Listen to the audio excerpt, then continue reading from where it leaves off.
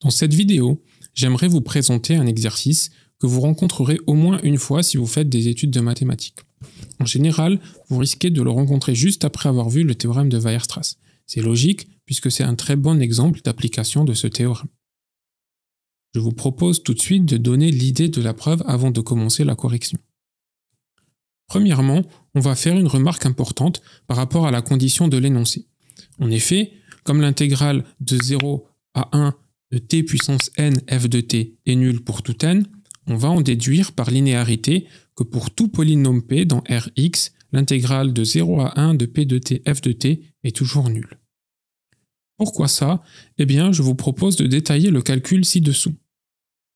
En effet, si on écrit que p est égal à a0 plus a1x plus etc. à n x puissance n, donc la forme générale d'un polynôme, on va s'apercevoir en calculant l'intégrale de p de t f de t, en remplaçant p de t par a0 plus a1t plus an t puissance n.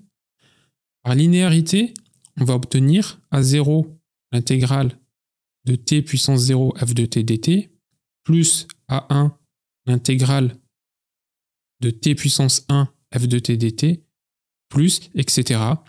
a puissance n l'intégrale de t puissance n f de t dt. À partir de là, on va se servir de l'énoncé, vu qu'on sait que l'intégrale de t puissance n f de t dt est nulle pour tout n, et donc en particulier, cette première intégrale est nulle aussi pour n égale 0, cette deuxième intégrale est nulle aussi pour n égale 1, et cette troisième intégrale est nulle aussi pour n quelconque. Donc par linéarité, on obtient bien 0. On va maintenant utiliser le théorème de Weierstrass pour approcher f uniformément par une suite de fonctions polynomiales qu'on va appeler p petit n. Donc ceci, c'est le théorème de Weierstrass.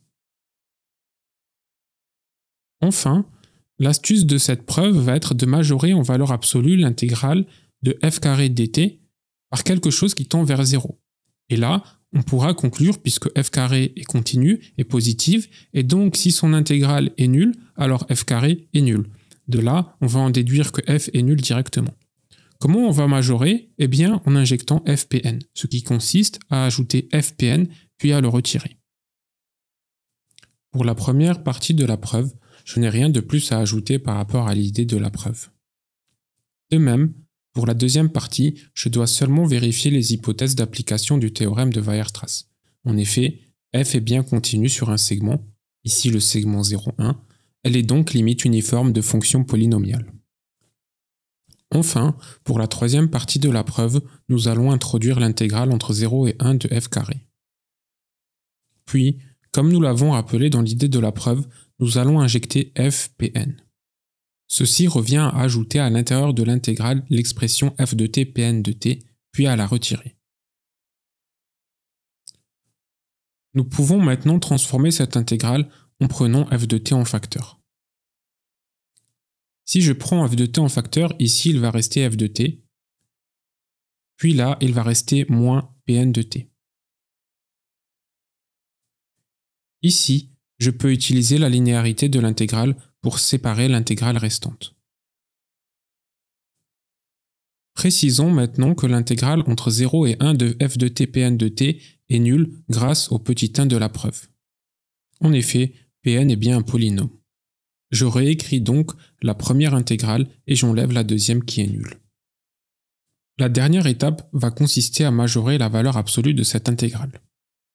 Pour cela, nous pouvons commencer à utiliser l'inégalité triangulaire. Puis enfin, majorer par la norme infinie. Pour rappel, la norme infinie est le sup pour x dans le segment 0,1 de la valeur absolue de f de x. La norme infinie de f moins pn tend vers 0. En effet, on a établi à la partie 2 de la preuve que pn converge uniformément vers f. Je rappelle que la norme infinie est la norme de la convergence uniforme. En conclusion, grâce à cette inégalité, on obtient le fait que l'intégrale sur 0,1 de f carré est nulle. C'est là qu'on peut affirmer que f carré est nul sur 0,1.